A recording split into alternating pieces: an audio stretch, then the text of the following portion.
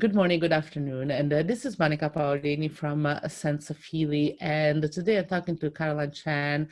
She is the VP and General Manager in the Network Business Incubator at Intel. And today we're talking about CBRS. CBRS is now commercial in the US and there is a lot of excitement. Finally, we can get beyond trials to real deployments. And Intel has been very active on this front. So this is a great opportunity to talk to Caroline again to see what are the latest developments in this area. And so, Caroline, first of all, tell us, you have a new role at Intel, much wider. Can you tell us what is that you're doing at Intel right now? Yeah, so for the last few years, I've been focusing on driving a cloud-native network, virtualized RAN, edge compute. We finally, late last year, realized all of this really started coming together. What you have now is a situation, you have a network that very much resembles what the cloud looks like. And that becomes a fertile ground to incubate new business such like Internet of Things, artificial intelligence. Believe it or not, I have a current project going on with blockchain. And private network going to the enterprise. We talked about for a long time that 5G has to be beyond enhanced mobile broadband, right? Because that's the traditional 4G plus 1 concept. But we have to take that because of URLC, because of all the new scheduling algorithm that we put into 5G, we have to be able to bring that to new areas which traditionally the operator don't play a very prominent role. So that's what Intel realized, and we need to take a broader view of what network does. So I started heading a new team, a very crass Navy SEALs. We looked at it like we're going to new frontiers, breaking aside new markets for this type of network and working through a broad ecosystem. So it's very interesting role. I've been having it for about 8 months, and every day brings a new dawn to us. I'm sure you're not going to get bored at all. I don't get bored.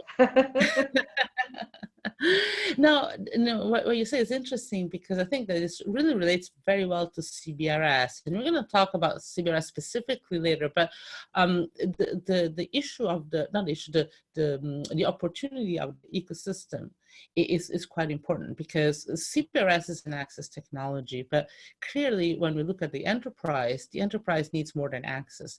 They need a network, they need to have applications. And so, I have been talking a lot lately with, edge companies, AI, companies that work on AI solutions.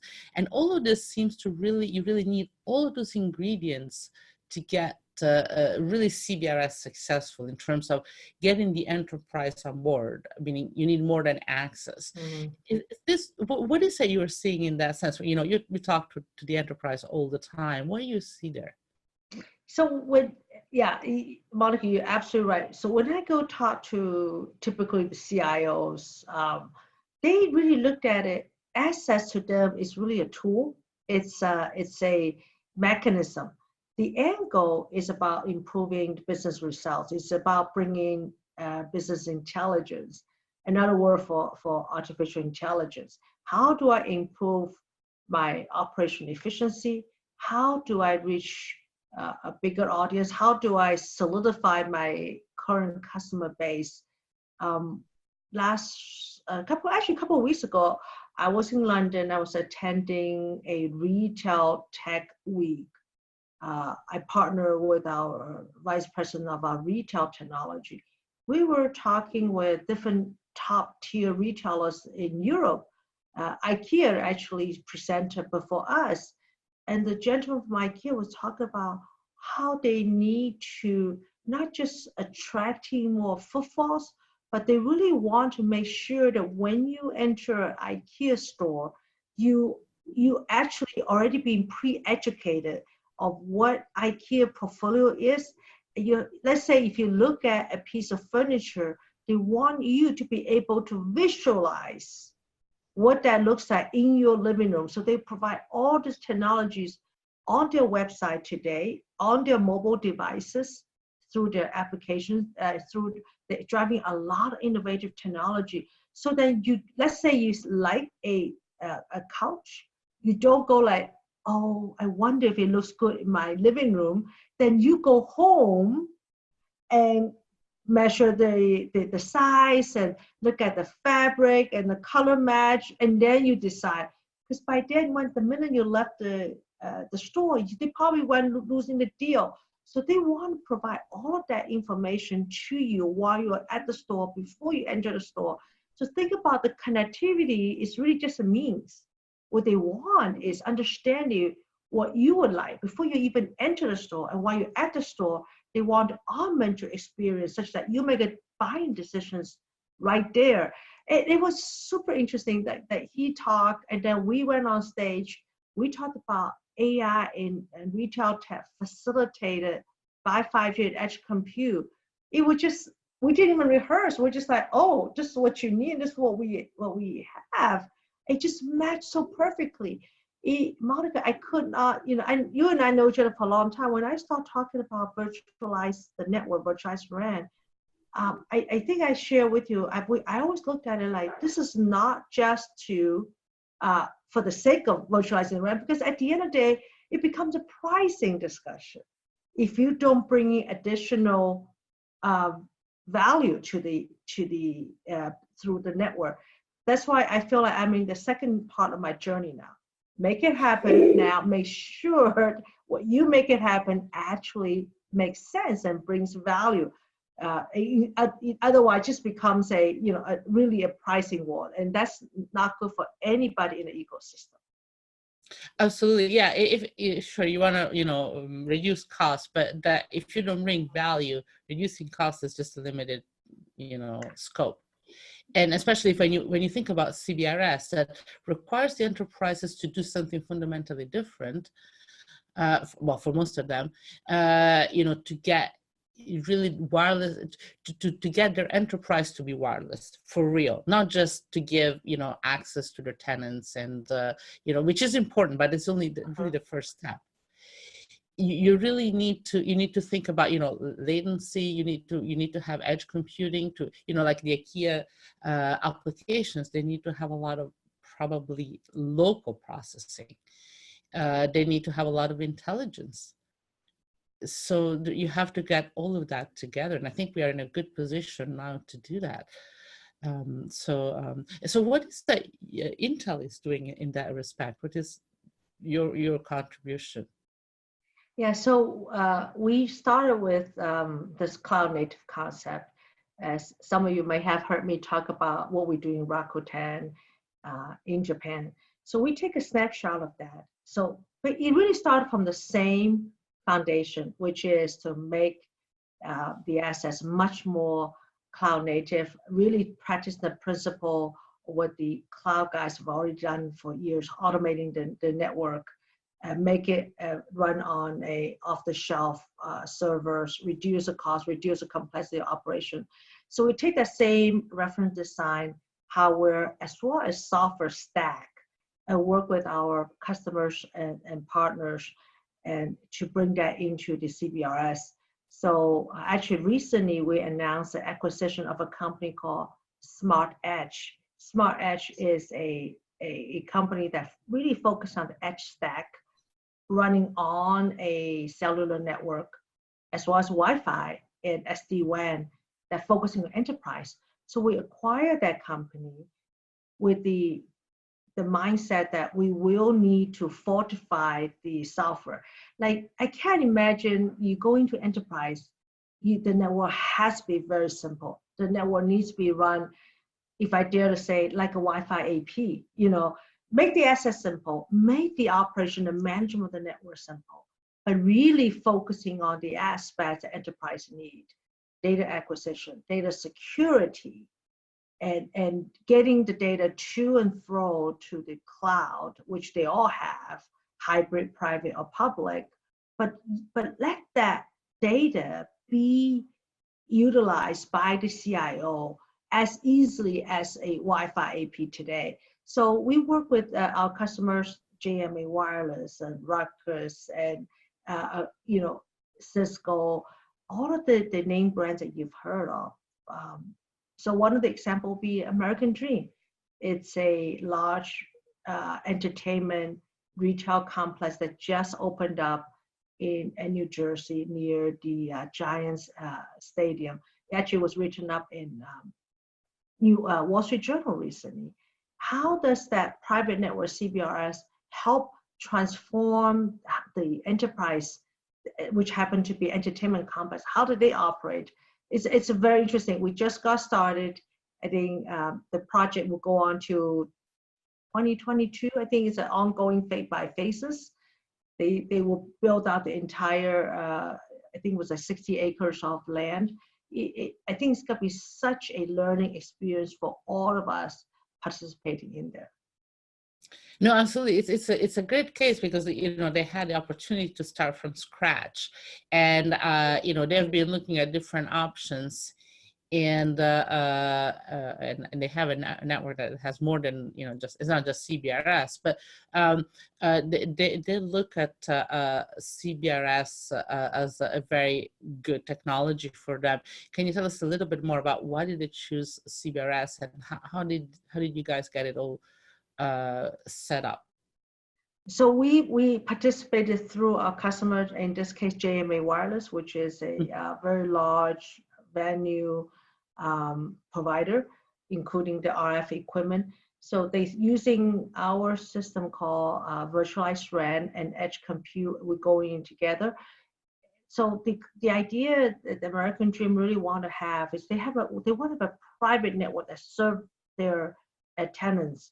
Obviously, there will be public network there, 4G and 5G for consumer focus. This is really focusing on the operation of the enterprise, like point of sales, returns, and guiding the customers to where they need to be, such a large complex, and also collecting the customer preferences, intelligence, what sells, what doesn't sell. Let's think about all the traditional things that people trying to collect, retail shops constantly trying to collect through loyalty cards and so on.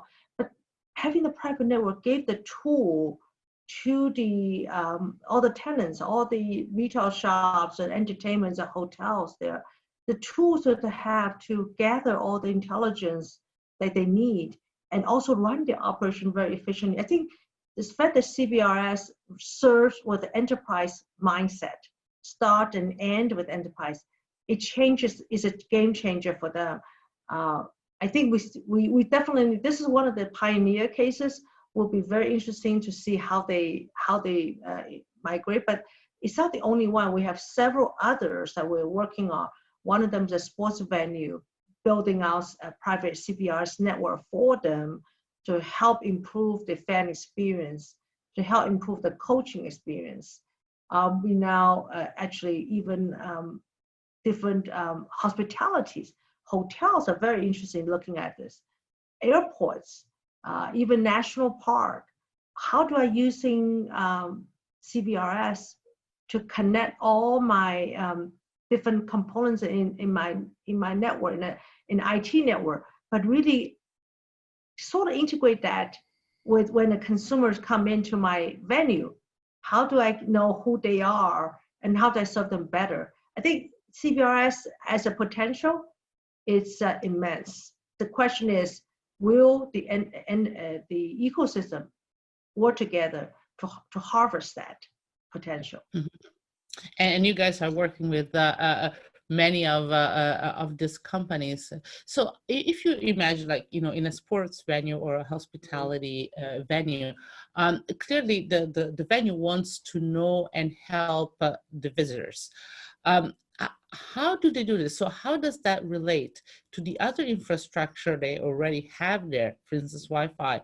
And how does that set the relationship that those venues have or might want to have or might not want to have with mobile operators? So what's the role of mobile operators in all this and other technologies? I think the mobile operator definitely has a role because CBRS is going to come out with the next phase, which mobile operator will be able to acquire some of that too. I really looked at it's very complementary. The mobile operator need to come in and provide a connectivity for consumers that walking into the venue. But if you look at a sports venue concept, you think about what the team, the venue owners, the retail are in the venue, and the broadcasters in the venue. They all need connectivity. But so it serves a different purpose than you and I walked in who wants to take videos and upload to my Facebook, and so it's somewhat different.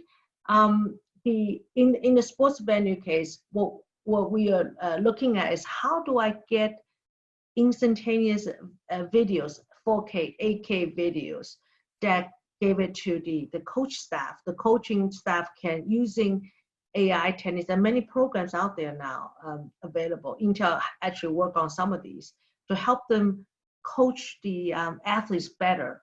For example, in the Olympics, we already working with some of our partners to look at, there's a program called 3DAT to really look at a skater's different angle as he or she taking the curve, helping what the coaches today using their eyeballs and give them some real data, like how does your athlete take the curve, things like that. The other example, we actually recently did this with Rakuten in their soft launch, where you think about there was two NBA teams, the Rockets and the Toronto Raptors play together. But if you think about like NBA game play in Japan or in China, the broadcasters, the commentators need to have a different feel, So they actually, so in this case, they pull, I think like 6 streams from a live game, and then with 8 different streams from all of these commentators around. So some commentators will speak different language. Some commentators are professional NBA. Some commentators are simply people speaking at a different angle. Like as a Cowboy fan, I like to listen to a Cowboy-focused commentator rather than a generic, NFL commentator. So make it very personalized fan experience. I'm giving you a very rudimentary example, but think about if you have an ability to mix and match videos from different sources and apply some intelligence to it to really make it very audience targeted. Like a 15-year-old watching the game versus a 60-year-old long time immensely in NBA fan, they might speak a different language. They might want to listen to different commentaries, even the angles of the game. I think the fact what we need to do is provide the tools and let the business to innovate on these data and make that more interesting to the fans. And that's just the beginning of the discovery. Yeah, and I think it's important to talk to them. Say you listen to what IKEA says, or sporting venues, to really understand what they need, so that we can provide the tools for them to go ahead and innovate. So it's a two-way kind of communication, because we need to know what they're looking for so that they can go ahead and try it. And I think that's quite important. And I think that in the U.S., CBRS has started this process because there has been a lot of discussion, communication, a lot of cooperation that I don't remember seeing before that. But it's clearly part of a bigger picture, because it's not just U.S. So CBRS is clearly a U.S. thing, but there is a lot of more going on in other countries. So how do you see CBRS relating to other countries? And a lot of the examples you mentioned are not from the U.S. So how does it relate to what's going on in other countries? Yeah, I was just last week I was in China attending the largest local telecom expo. So I have 1 or 2 slides on CBRS, and I got a lot of questions after that from the customers and from the press, because CBRS, the fact that we are one of the early adopters of this kind of enterprise network, I'll call it a private enterprise network that really focusing on the business rather than the consumer side. And it's a lot interesting to other people, because when we talk about 5G, the mindset has to be, oh, this is really about transforming the enterprise business verticals, digital transformation. So the learnings that we have from CBRS really start propelling, I think, others. Like, we know Germany has private spectrum being made available. We know that Ofcom in UK is discussing, can this be done? Sweden, I think, has already been doing it. But when I even go to Asian countries, China included, there's a lot of talk about, if 5G truly needs to transform the industry. China has an initiative called 2025, Manufacturing 2025. Can other type of a private network be made available? I mean, legislation obviously will be different, but the concept of enabling a private all enterprise focused network is not far from people's mind, by the way. There's a lot of discussions with people going at different speeds. So for us here in CBRS, let's really have a few, actually quite a few, this kind of a commercial deployment. Let's really document our learnings. Let's really listen. Internally, Intel, we call them big ears and little mouth. Really listen and say little, but it really consume what the CIOs are telling you, what they need, what the CEOs, COOs are telling you, and internalize and say, this is what we need to provide. I spent many years in wireless, and we just have one customer, which is the operators. We don't need to listen to anybody else, because it's very much a consumer-driven business. Now we have a B2B model, eventually B2B2C. So it gets more complex, the value chain gets more complex. I find myself talking, like you do, talking to a lot of companies I don't normally talk to. And, but it's highly interesting. For me, it's about deciphering what they said into what we need to provide from a software and hardware perspective. So let me ask you a final question. So in terms of, from what you learned listening to this, to the enterprise, what do you think that moving forward are the priorities? Is where do we need to work hardest from the wireless and telecom industry to help them, to enable them to do what they need to do? Well, I think there are quite a few, but top on my list, to make the network operational like a cloud.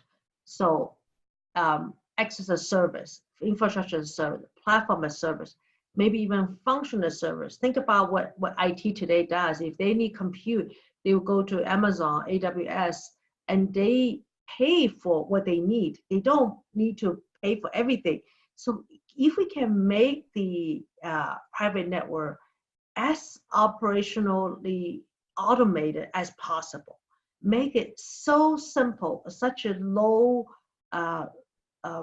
complexity, I think we will see a lot more of these networks popping up. The second thing I think will be security. You can't have a network that's not secure, that doesn't protect the data from the enterprise. I think those are the probably top two in my list of many to grow. And the other thing that Intel is doing is support the ecosystem, enable them, not just the ones that we know of. All of these things really drives innovation. So we are actively working on accelerators, working with some of the venture capital fund to bring in new software developers into the space. For many years, wireless is just limited to a very small set of ecosystem.